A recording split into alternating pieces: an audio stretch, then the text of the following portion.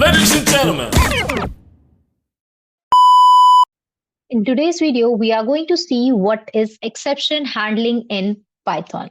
So let's first see that what exactly this word means. So if I'm saying exceptions, it means there are multiple exceptions in different scenarios. So in programming also, we do have some exceptions that we want our Python to handle. So this is a mechanism we can say that allows you to handle errors or exceptions that might occur in your code. So it gracefully can be handled using try and except. So there is one block called try and except. I'm going to write it down on my screen over here, that how it looks like. So this is how it looks like. So first is the try.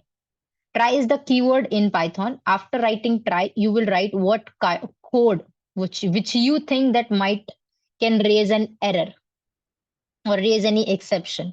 So that you can write after try. Then you can say that accept this particular exception as E, code to handle that exception. Then else what to do if no exception is raised. Suppose there is no exception in the code. I was thinking that that might occur, but that is not there. So else what should do? Finally, that code will be executed no matter whether an exception occurred or not. So this is basically a structure through which you can handle the exception handling in Python. So for handling exception, like you will use this try, except, else, final. Four things you have to use. All four are the keywords try, except, else, and final. So we'll see with an example. I will quickly write one code on the screen. First, let's understand one by one what is try block. Try block is the place where you write the code that might raise an exception. Second block that we have is the except block. The except block is if an exception occurs inside the try block, the code inside the except block is executed. If the execution occurs, the except block will take the charge and will execute it, whatever is being added after except. Then there is one else block. This is an optional block. This is not must to add, but if you have any exception, if you feel that this exception might not occur, then in that case, I wanted to continue or whatever you want.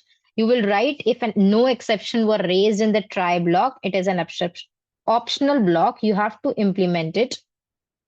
Another is the finally block. Finally is also optional block. So basically, this is the name, the entire process name is the try and except only, even though you can use two more keywords, which is else and finally.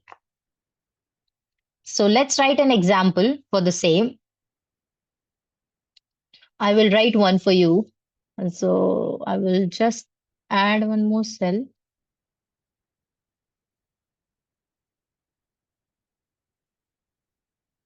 Okay, so what I have written till now is try num1, num2, and result.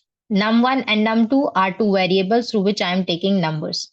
Number 1 and number 2, I am taking both the numbers in integer, and here also I'm taking it in integer. Then I'm trying to save the division between num1 and num2. Num1 is divided by num2, and I'm saving that division in result block.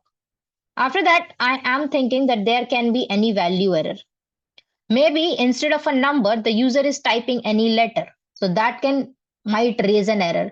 So in that case, I'm using a value error. Value error means there can be any value. There can be one scenario where output is, suppose first number is 0, another number is 1. So 0 cannot be divided by 1. So in that case, it might give you 0 division error. These are predefined errors. There are multiple errors similar to this.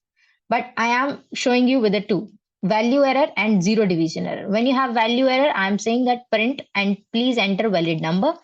And then if the execution, like within the try block, whatever I have written is not raising any error, then in that case, the except block will work, the else block will work.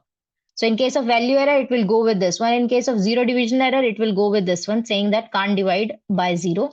In case of like none of these, like everything works fine, then in that case, it will print that result. Finally, it will say that this block always executes. So it says a number. So I'm writing 5. Now I'm writing A. It gives me an error. This block says always, like it first is please enter valid number. Then it says that this block always executes. Basically, what I'm trying it to do is I'm trying it to print that particular statement once the try and except block is completed. In that case, only I'm trying to print it. And I'm going to run it again. Let's suppose I'm saying 0, second number is 1. So it says result is 0.00. So in that case, 0 was divided. Let's run it again. So now we get can't divide by 0 because in this case, I have entered numerator as 1 and denominator as 0 because can't divide by 0. We cannot divide any number by 0. So that is what it is trying to do. So exception handling is also one of the key concepts in Python. You must understand it carefully. We'll meet in the next session. Till then, you can watch other recordings. And if you have anything to share with us, you can comment down or you can check out our website also, www.learnmlpython.com.